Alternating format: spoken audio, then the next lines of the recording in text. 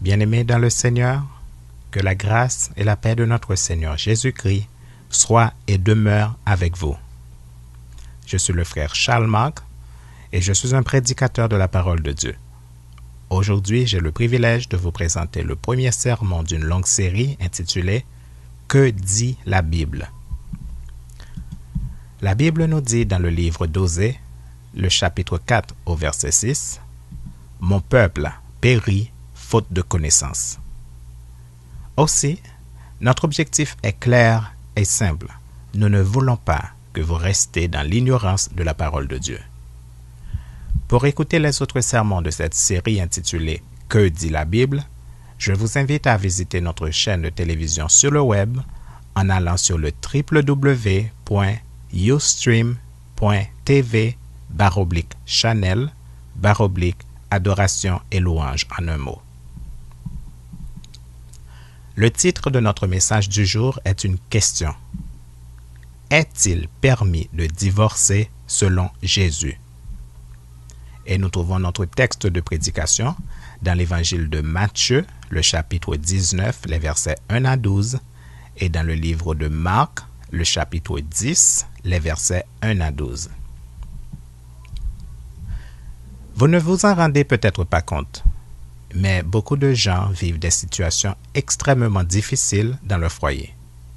Pour plusieurs d'entre eux, leur mariage est un échec total, et il y en a même qui pensent au suicide. Quelques-uns ont perdu tout espoir, et il y en a qui ne savent pas à qui se confier. Il y en a qui souffrent tellement de violences physiques ou morales au sein de leur foyer qu'ils ont perdu la foi. Mais le psalmiste nous dit dans le psaume 121, les versets 1 et 2, « Je lève mes yeux vers les montagnes.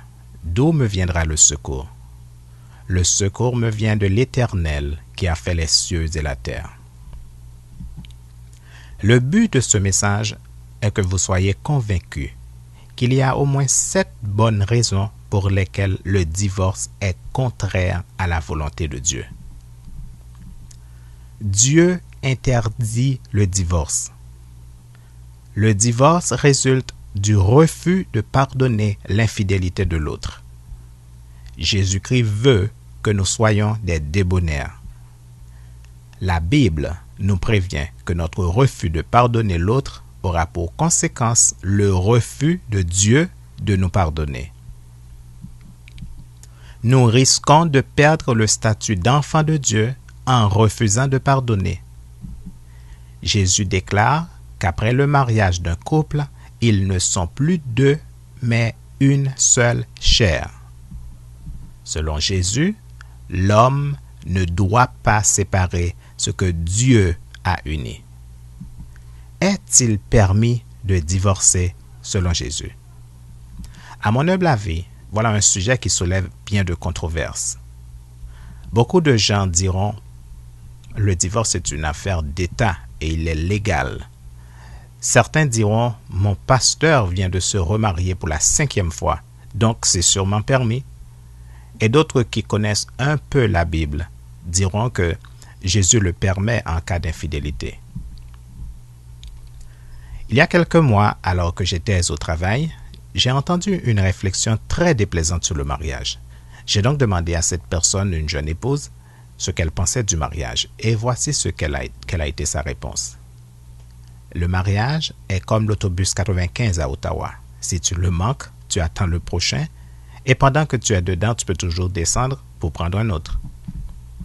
De façon universelle, on pourrait traduire son message comme suit.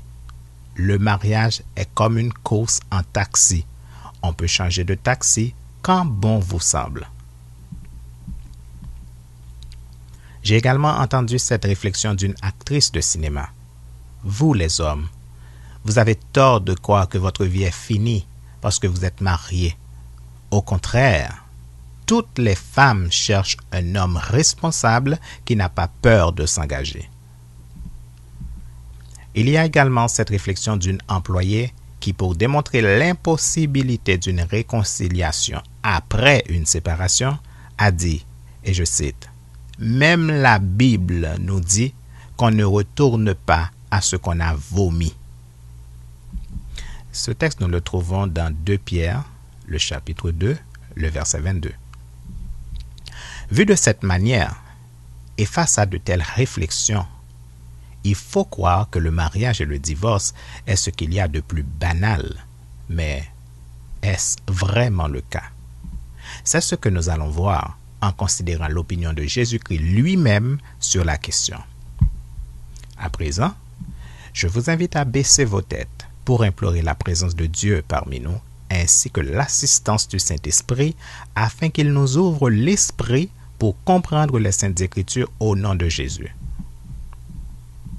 Prions. Bon et tendre Père Céleste, merci pour la grâce que tu nous fais de nous compter parmi ceux qui te connaissent. Merci de faire de nous des enfants d'Abraham, des héritiers de ton royaume éternel. Merci Père de l'assurance que tu nous donnes en Jésus-Christ que nos noms sont inscrits dans le livre de vie, ainsi que la garantie, par le Saint-Esprit qui est en nous, que nous avons la vie éternelle. Merci Jésus d'être notre Seigneur, notre Sauveur, notre Rédempteur et notre secours qui ne manque jamais dans la détresse.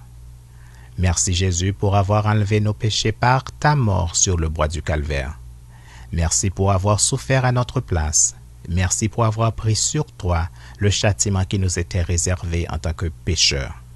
Seigneur Jésus, nous t'invitons à siéger sur le trône de notre cœur et nous t'invitons à régner sur nos vies.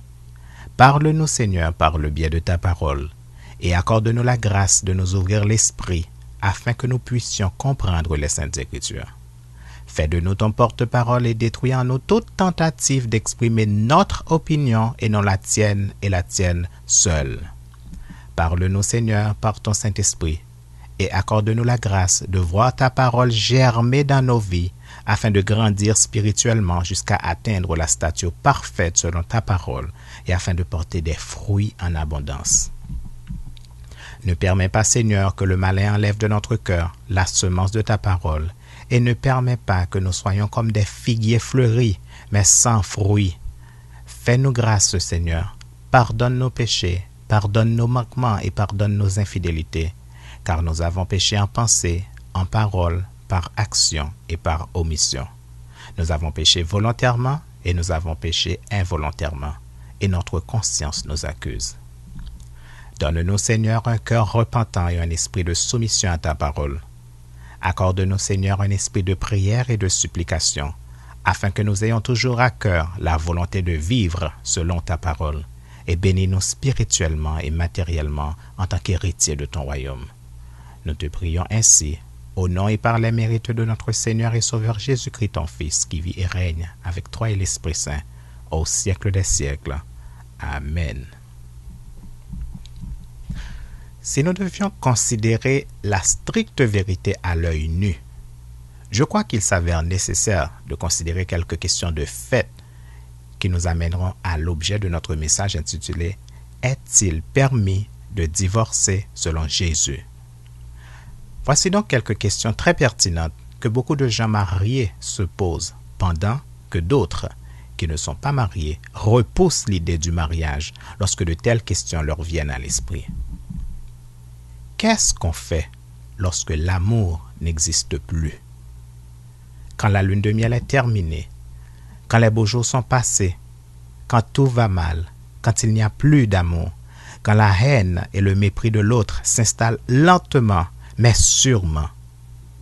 Lorsque les compliments et les mots doux cèdent la place aux reproches et au sarcasme, lorsqu'on se découvre des incompatibilités de caractère, quand il n'y a plus de plaisir à regarder l'autre et qu'on ne supporte plus sa présence, lorsqu'on se déteste mutuellement, lorsqu'on croit qu'on a atteint le point de non-retour, lorsqu'on estime qu'il n'y a plus de solution possible, lorsqu'on voit dans le divorce la seule alternative. Qu'est-ce qu'on fait quand il n'y a plus d'espoir? Est-il permis de divorcer selon Jésus? C'est ce que nous allons découvrir ensemble. Et je vous invite à ouvrir votre Bible avec moi dans l'évangile de Matthieu, le chapitre 19, les versets 1 à 12. Ensuite, nous irons dans Marc, le chapitre 10, les versets 1 à 12. Matthieu, chapitre 19, les versets 1 à 12, je lis pour vous. Lorsque Jésus eut achevé ses discours, il quitta la Galilée et entra dans le territoire de la Judée au-delà du Jourdain. Une grande foule le suivit et là il guérit les malades. Les pharisiens l'abordèrent et dirent pour l'éprouver: Est-il permis à un homme de répudier sa femme pour un motif quelconque? Il répondit: N'avez-vous pas lu que le Créateur au commencement fit l'homme et la femme, et qu'il dit: C'est pourquoi l'homme quittera son père et sa mère et s'attachera à sa femme, et les deux deviendront une seule chair? Ainsi, ils ne sont plus deux, mais ils sont une seule chair. Que l'homme donc ne sépare pas ce que Dieu a joint. Pourquoi donc lui dirent-ils: Moïse a-t-il prescrit de donner à la femme une lettre de divorce et de la répudier? Il leur répondit: C'est à cause de la dureté de votre cœur que Moïse vous a permis de répudier vos femmes. Au commencement, il n'en était pas ainsi. Mais je vous dis que celui qui répudie sa femme, sauf pour infidélité, et qui en épouse une autre, commet un adultère. Ses disciples lui dirent: Si telle est la condition de l'homme à l'égard de la femme, il n'est pas avantageux de se marier. Il leur répondit: Tous ne comprennent pas cette parole, mais seulement ceux à qui cela est donné. Car il y a des eunuques qui le sont dès le ventre de leur mère. Il y en a qui le sont devenus par les hommes, et il y en a qui se sont rendus tels eux-mêmes à cause du royaume des cieux. Que celui qui peut comprendre, comprenne. Nous allons maintenant lire dans l'évangile de Marc, le chapitre 10, les versets 1 à 12. Marc, le chapitre 10, les versets 1 à 12. Je lis pour vous. Jésus étant parti de là, se rendit dans le territoire de la Judée au-delà du Jourdain. La foule s'assembla de nouveau près de lui, et selon sa coutume, il se mit encore à l'enseigner. Les pharisiens l'abordèrent, et pour l'éprouver, ils lui demandèrent s'il est permis à un homme de répudier sa femme. Il leur répondit: Que vous a prescrit Moïse? Moïse, dirent-ils, a permis d'écrire une lettre de divorce et de répudier. Et Jésus leur dit: C'est à cause de la dureté de votre cœur que Moïse vous a donné ce précepte. Mais au commencement de la création, Dieu fit l'homme et la femme. C'est pourquoi l'homme quittera son père et sa mère et s'attachera à sa femme. Et les deux deviendront une seule chair. Ainsi, ils ne sont plus deux, mais ils sont une seule chair. Que l'homme donc ne sépare pas ce que Dieu a joint. Lorsqu'ils furent dans la maison, les disciples l'interrogèrent encore là-dessus. Il leur dit: Celui qui répudie sa femme et qui en épouse une autre commet un adultère à son égard. Et si une femme quitte son mari et en épouse un autre, elle commet un adultère. Peut-être que vous vous dites que ce sujet n'est pas pour vous et ne vous concerne pas. Si c'est le cas, je vous invite à tripler d'attention afin de pouvoir en parler de votre mieux à quelqu'un d'autre qui a besoin de ce message. Est-il permis de divorcer selon Jésus?